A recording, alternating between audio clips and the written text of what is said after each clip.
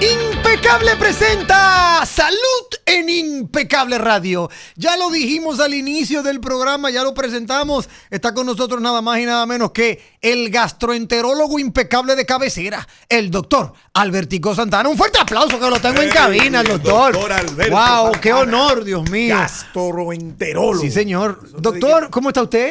Bien, contento de estar aquí entre amigos. De que ortopeda, de que ortopeda, de que dermatólogo. No, pero son galenos, profesor. Pero déjame decirte. Pero respete la especialidad. La idea. Yo lo que quiero decir es que el gastroenterólogo, ese nombre se escucha hasta imponente en la medicina. Doctor, tomando en cuenta, vamos a entrar en materia de una vez. Vamos arriba. Pero antes de entrar en materia, quiero que la audiencia anote su número, porque ahorita me están escribiendo, Manuel, dame el número del doctor. No, vamos a anotar el número del consultorio del doctor en este instante, amigos oyentes, para que si usted tiene algún tipo de inquietud, consulta, lo tenga desde el inicio de la entrevista y ya pueda irse mañana a su práctica médica. ¿Cuál es el número de su consultorio, doctor Alberto Santana? 809-732-1228. 1228. Ok, 809-732-1228. Gastroenterólogo en la Clínica Bell de la Lincoln. Correcto. Excelente. Doctor, tomando en cuenta que ustedes, los gastroenterólogos, entienden que el estómago es el primer cerebro, lo dije bien, ¿eh? Así es. Tomando en cuenta que ustedes, los gastroenterólogos, entienden que el estómago es el primer cerebro del cuerpo humano, vamos a pasar de inmediato a lo que está en el tapete, el norovirus. Se ha desatado una inquietud en Puerto Plata en donde se ha como que cuestionado el norovirus con el hantavirus. Y las personas estamos confundidas. Norovirus, hantavirus, ¿puede usted darnos las diferencias? ¿Cómo convive? ¿Cómo lo atacamos? ¿A qué nos enfrentamos? Sí, mira, hoy en día con las redes creemos que estamos bien informados. Y lo que estamos es desinformados. Porque la gente que usa las redes cree que sabe todo. Y entonces confunden una cosa con otra. Y es muy peligroso para el país, para el turismo, que se confunda el norovirus con el hantavirus, que fue un virus que estuvo en un crucero en el Cono Sur, allá en el fin del mundo, en Ushuaia, en Argentina. Entonces, el norovirus es un virus que vive con nosotros, está en el estómago y produce una diarrea banal. No produce ningún daño. ¿Eso el norovirus es como el Helicobacter pylori? Menos leve. Menos leve. Menos. Todo el mundo, en la República Dominicana, en el Caribe, en el mundo, yo te diría que el 95% ha tenido el norovirus alguna vez en su vida. Y posiblemente aquí el 100% hemos tenido el norovirus. El norovirus es el virus número 1 de la diarrea del infante. O sea, la diarrea que le da al bebé es un norovirus y no lo mata, o sea que no es nada. El norovirus lo único que hay que hacer es, como te da una diarreíta, tomar agua. Y no se propaga, no es nada malo. Entonces, si dicen que un crucero vino a Puerto Plata con un norovirus y que hay que aislar a esa gente, no, eso le hace daño al país, le hace daño al turismo. El norovirus es un virus que no produce ningún daño, produce una diarreíta, se llama la diarrea del viajero, y con agua solamente. Usted tiene diarrea, se evacuó 3 veces, tómese 3 vasos de agua. Ni siquiera antibióticos ni probióticos. Los probióticos son buenos. Ni sueros. Ni sueros ni nada. La mejor vía de hidratación es la vía oral. Y el norovirus no produce tantos dolores ni vómitos, solamente produce diarrea. O sea que el norovirus, no se hable del norovirus y del crucero, porque puede confundirse con el hantavirus, que es el virus de los Andes, que sí es un virus que es mortal. De un 30 a un 50% de muerte. Entonces, ¿por qué salió a la luz pública el hantavirus? Es endémico, no es epidémico, es endémico. O sea, en el Cono Sur existe ese virus, porque hay un ratón que se llama el ratón de cola larga, que vive en cuevas y en sitios, en Ushuaia, por ejemplo, que es allá en el fin del mundo, la Tierra del Fuego, es un país muy frío, entonces todo el mundo vive encerrado. Entonces, ese ratón de cola larga, el colilargo, a través de las materias fecales y de la orina, cuando se seca y se queda ahí, uno entra, quita ese polvo, el polvo viene al aire y uno lo inhala y puede infectarse. Entonces, una persona que vive ahí tiene más resistencia para ese virus. Pero este crucero fue un crucero de gente muy rica, de los Países Bajos, ornitólogos que fueron a ver las aves del cono sur que no son que son muy exóticas. Que no han creado anticuerpos para eso. Anticuerpos ni nada. Entonces fueron y una pareja fue y bajó, entró a una cueva, eso es lo que se cree, inhaló ese polvo que estaba en esa cueva con esos ratones y el hombre se infectó y murió. La esposa se infectó, pero no se murió en ese momento, sino 2 semanas después. Que la bajaron del crucero y muere. Y luego murió otro inglés. O sea, de todo murieron 3 personas. ¿Por qué se contaminó todo? El virus del Ande, que es el hantavirus, es poco contaminante. En sitios muy cerrados, en sitios que tienen mucho tiempo que no hay aire. O sea, por ejemplo, vamos a suponer, yo voy a ese sitio ahora mismo. Sí. Y lo primero que hago es mando a abrir las ventanas y que coja aire. Que ventile. Difícilmente me contamine. Ahora, una biblioteca cerrada en Ushuaia, donde siempre está cerradito porque es muy frío, y tú entras y viene una gente a remover ese polvo posiblemente tenga el hantavirus, que se llama virus de los Andes, y te contamine. Hay más de 60 tipos de virus, de hantavirus, y solamente ese es que han mutado, ha cambiado y se contamina al hombre. Doctor, una pregunta. Cuando usted habla de que el virus está en una biblioteca sentado ahí, el virus no se muere porque es un microorganismo que requiere de un huésped para poder alimentarse. Entonces, como no tiene un huésped, no se supone que en estado natural no debe morir el virus. El virus y los virus tienen son encerrados, son esporas. Entonces es como si fuera una cápsula encerrada. Entonces, cuando entra al organismo ahí se activa. De un roedor o de una persona o de un humano, el calor rompe la espora y el virus sale. Se libera. O sea, el virus puede estar ahí adentro de una bolita de plástico encerrada. Muy bien. Si tú no la topas, si tú no rompes esa bolita, no te va a pasar nada. Eso como la película. Pero cuando se rompe con el calor humano o el calor de un animal, entonces ahí viene. Pero el virus de los Andes, el hantavirus, es el único de los 60 o más especies que contamina al hombre. Ok, si quisiéramos poner un ejemplo así como medio realista y palpable en República Dominicana, nosotros en República Dominicana no tenemos ese tipo de hantavirus. Aquí eso no llega. No llega. Ok, o sea que estamos tranquilos en ese sentido. Estamos tranquilos, pero hoy en día, como ya con los aviones, la comunicación, no quiero decir que no estamos, que no podemos expuestos. Exacto. Porque, por ejemplo, el coronavirus se moría después de 24 grados centígrados. Es verdad. Y hubo un médico que dijo, aquí no va a llegar porque aquí estamos muy calurosos. Pero llegó. Sí. ¿Por qué? Llega una persona en un avión,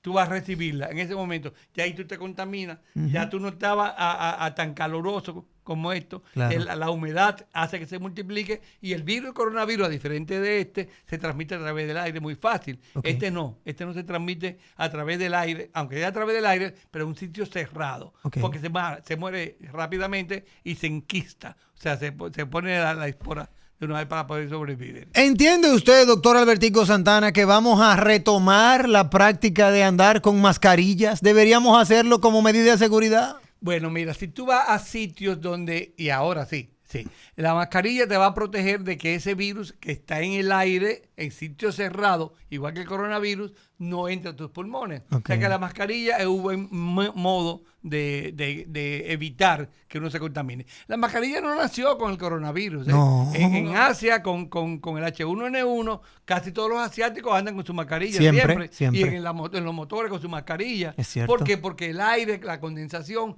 hay muchos virus en el aire que pueden contaminarte. O sea que si tú estás al aire libre, por ejemplo, si estás en la playa, si estás en la montaña, si no estás en ningún sitio, pues no tienes por qué usar. Pero hoy en día, por ejemplo, si tú vas a la Biblioteca Nacional o este sitio que queda por la UAS, si me olvidó el nombre, que donde están todos los libros el Archivo Nacional de la Nación. El Archivo Nacional de la Nación. Sí. Si tú vas al Archivo Nacional de la Nación, donde hay muchos libros, hay mucho polvo que están ahí, no está el virus de los Andes, el hantavirus, hay otros virus que se mueve ese polvo y te llega a los pulmones y te produce una neumonía, te produce un proceso irritativo de los pulmones y te puede producir una gripecita. Okay, entonces sí, cuando tú vas a esos sitios con mucho polvo, es bueno ponerte tu mascarilla para que ese polvo, que tú no sabes lo que tiene ese polvo, no te infecte. Ya entiendo. Doctor, usted sabe que normalmente en términos gastroenterológicos uno siempre tiene muchas inquietudes en el tema de comidas. Por ejemplo, uno sabe que las carnes es lo que toma más tiempo en ser digerido. Pero muchas veces uno siempre cae en esa tentación de cenar tipo 9 de la noche con una hamburguesa. Pero hoy, por ejemplo, nuestra gente de Smoothie Top nos trajo un filete de pescado. Sí. ¿Cuál usted recomienda que debe ser el más frecuente? O porque yo siempre he oído que usted dice que todo con comedimiento se puede comer. Sí, todo con moderación. Exacto, con moderación. Ahora, dígame usted, oriénteme, doctor. ¿Tengo que la semana entera pasarme con punta de pescado?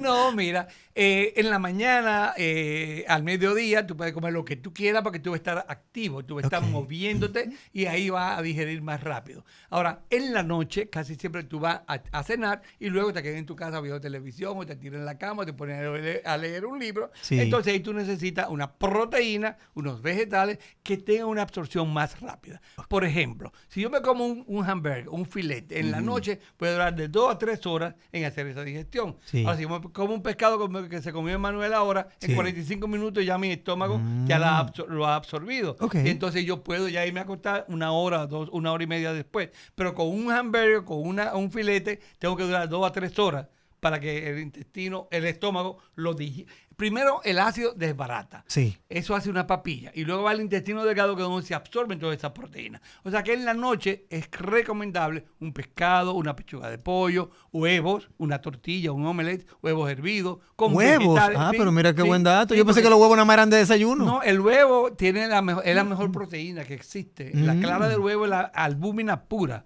O sea, es con 2 a 6 huevos al día. Tú tienes toda la proteína que tú necesitas. Sí. No tienes que estar comprando ese polvito que venden que es caro y en los gimnasios, Sí. que todo el mundo lo usa que para el músculo. Para los Con músculos. 4 huevos que tú tengas ya tú no necesitas más nada. 4 Ya. huevos es suficiente. 4 huevos es suficiente. Sí, yo normalmente accedo a 4 eggs. Un huevo tiene 20 gramos de albúmina y tú necesitas 60 gramos de proteína en el día para tu fortaleza muscular. Ok. Si tú haces ejercicio, tienes que aumentar más. Claro. Comer 8 huevos. Pero como uno no puede comerse 8, los mitos de que el huevo tiene colesterol y que hace daño, entonces venden esta proteína para que tú te la comas y te dé músculo. Tenemos una llamadita, doctor. Vamos a ver quién está en sintonía con nosotros. Buenas noches. Buenas. Doctor Albertico Santana con nosotros. Adelante.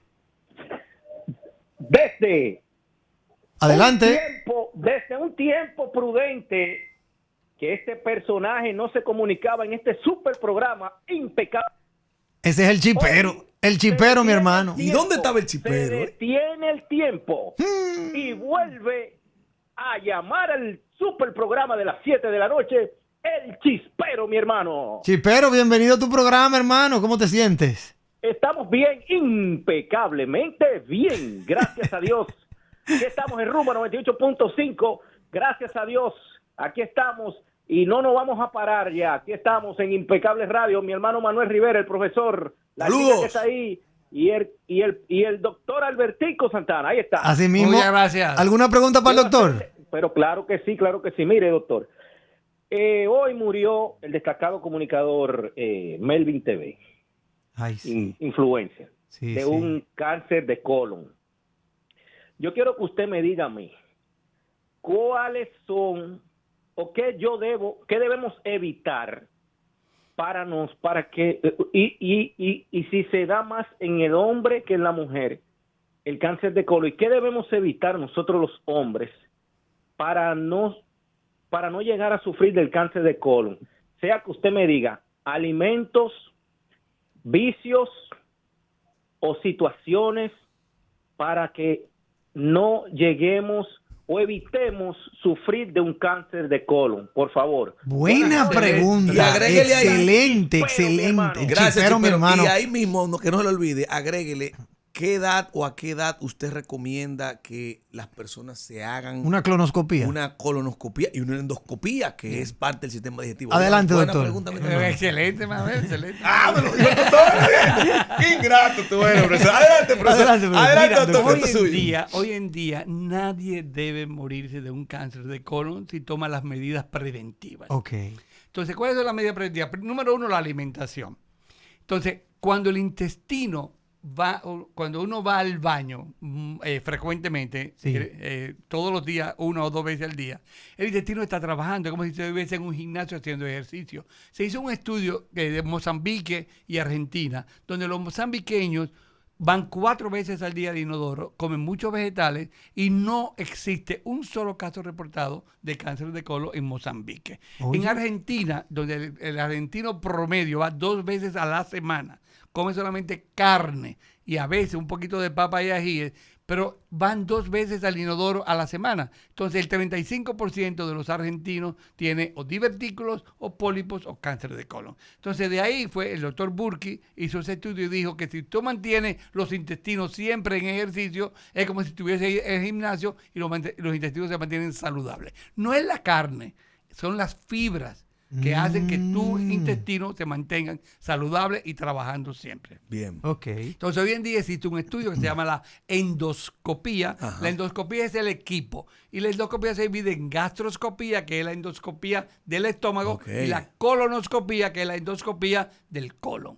Todo el mundo antes decía que a los 50 años. Como estamos haciendo más estudios y vemos que hay pólipos más frecuentes, a los 40 años debe ya comenzarse, hombre o mujer, a hacerse una colonoscopía. Okay. Si uno ve un pólipo, uno quita el pólipo en ese momento, lo manda al patólogo y el patólogo le pone un apellido a ese pólipo.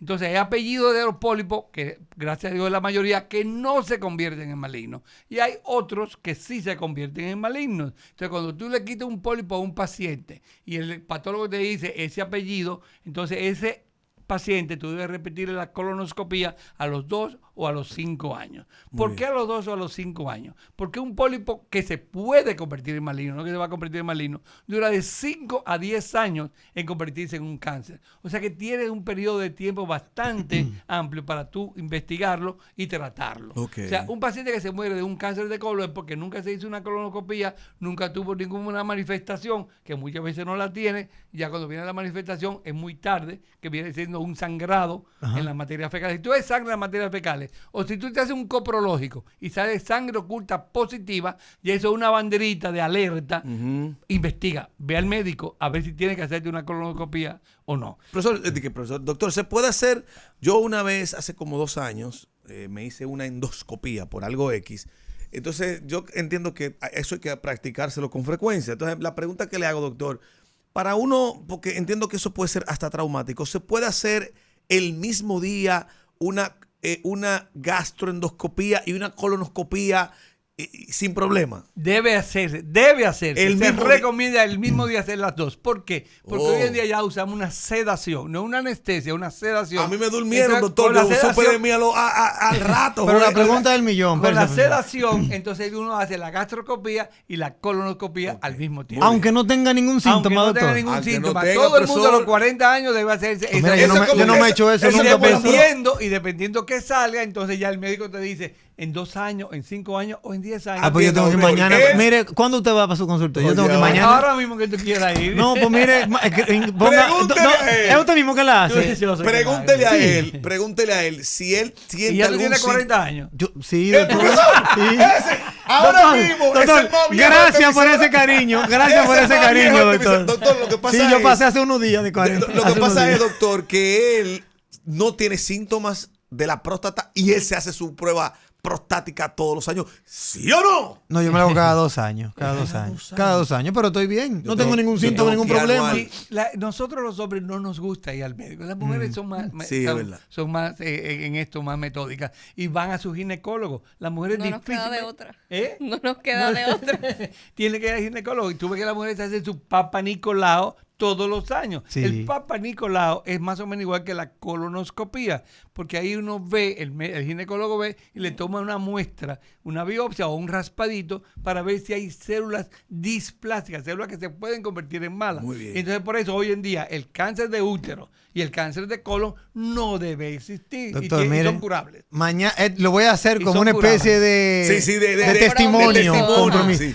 Mañana usted va para su consultorio. Sí. Pues mañana lo voy a visitar para que usted me haga mi clonoscopía y mi gastroscopía. Sí, Endoscopía. Las dos cosas. Doctor, porque para yo nunca me había hecho eso. Doctor, para ese procedimiento- Dios me libre de que me salga algo mal. Yo te libre. Para ese procedimiento usted puede ir de un día para otro y todo eso. O hay una preparación previa para el estudio. Para la gastroscopía, que es la de arriba, muy buena, no se necesita una preparación previa, solamente viene de ayuda. Ahora, para la colonoscopía, el intestino tiene 7,5 metros de intestino delgado Ok. y 1 metro de intestino grueso. Hay que limpiarlo de todas esas materias fecales y ahí se da unos laxantes el día antes del estudio. Ay, Entonces, el Dios día antes mío, del estudio es el señor. día malo, porque te voy a poner a tener una diarrea frecuente para limpiarte eso. O sea que el día antes del estudio, una diarreíta con los laxantes y el día del estudio entonces te hacemos O sea, te que hacemos a mí el no me Pues estudio. ya que usted Pero acaba de ya puede decir, ir. ya que usted acaba de decir Entonces, eso, el estudio me lo voy a hacer el viernes. Porque, sí, porque ya no. Entonces, ese proceso de la endoscopia que pasas 3 días con dieta blanda, líquida, ya eso no se Ya utiliza.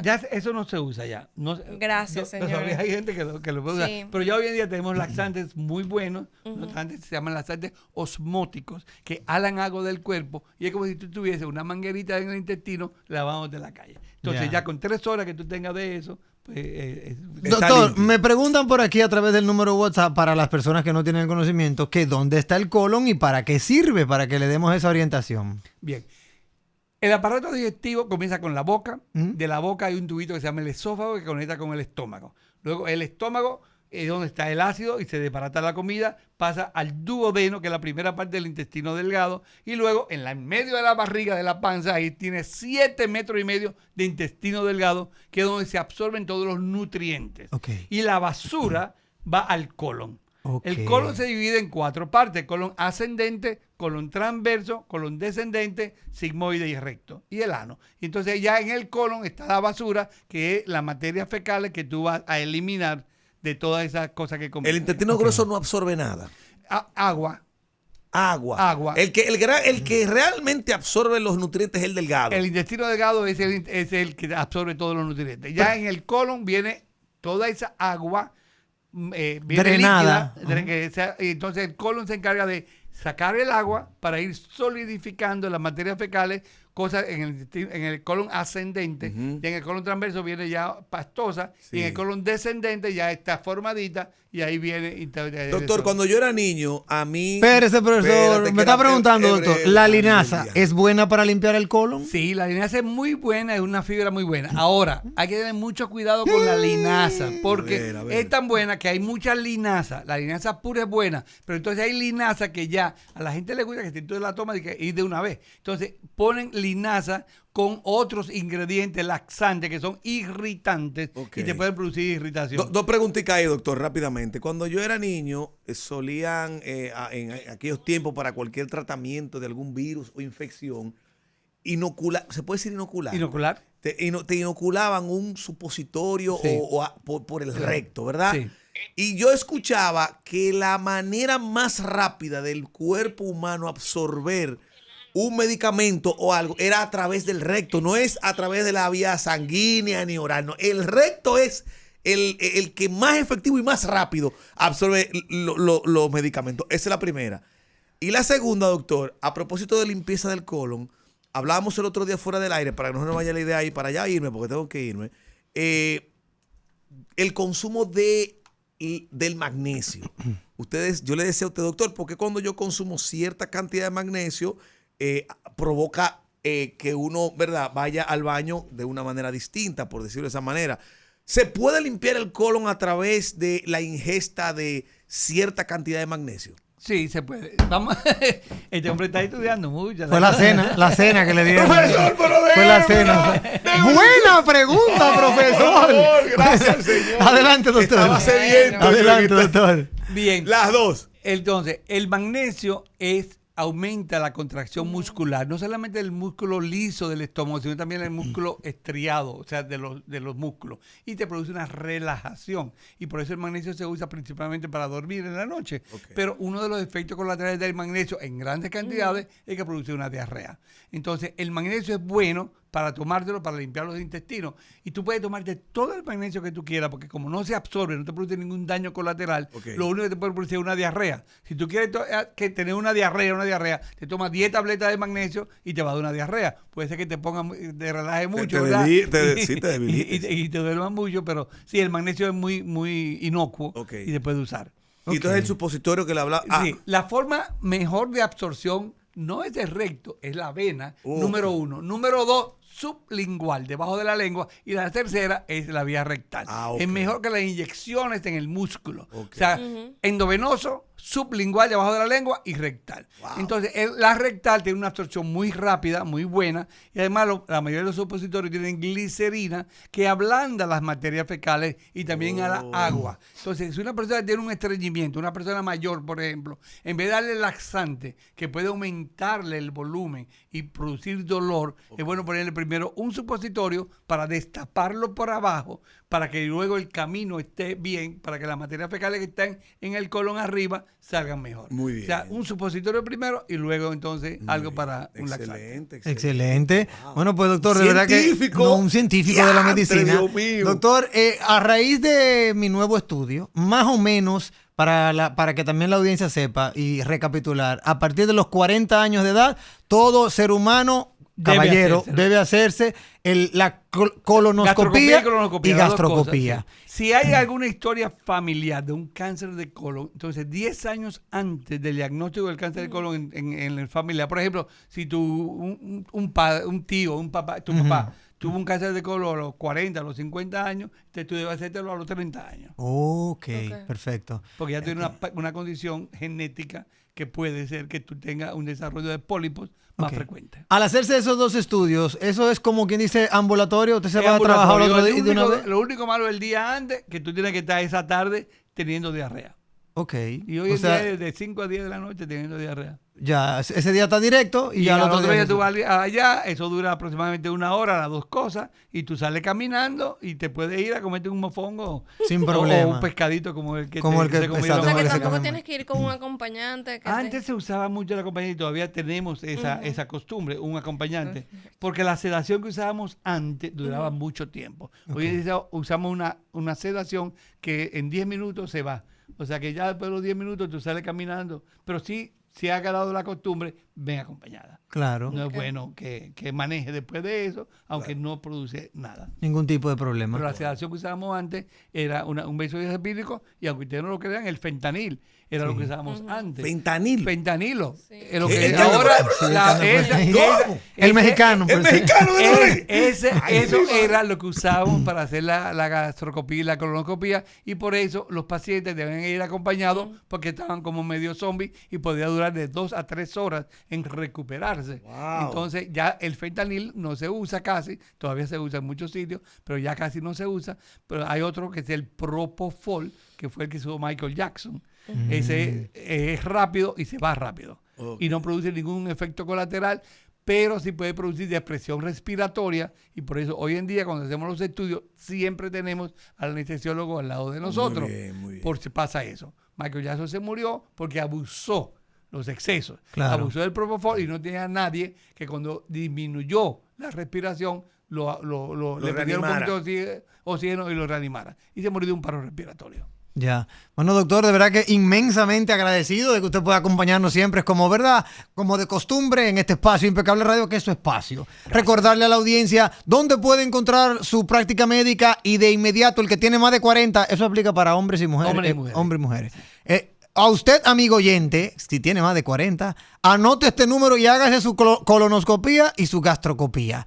Lo necesita para ir descartando, 809-732-1228. Ok, 809-732-1228. En el Centro de Medicina Avanzada Abel González de la Abraham Lincoln. Excelente. Muy bien, bueno, pues ya ustedes lo han escuchado. Un científico de la medicina. Con nosotros el doctor Albertico Santana.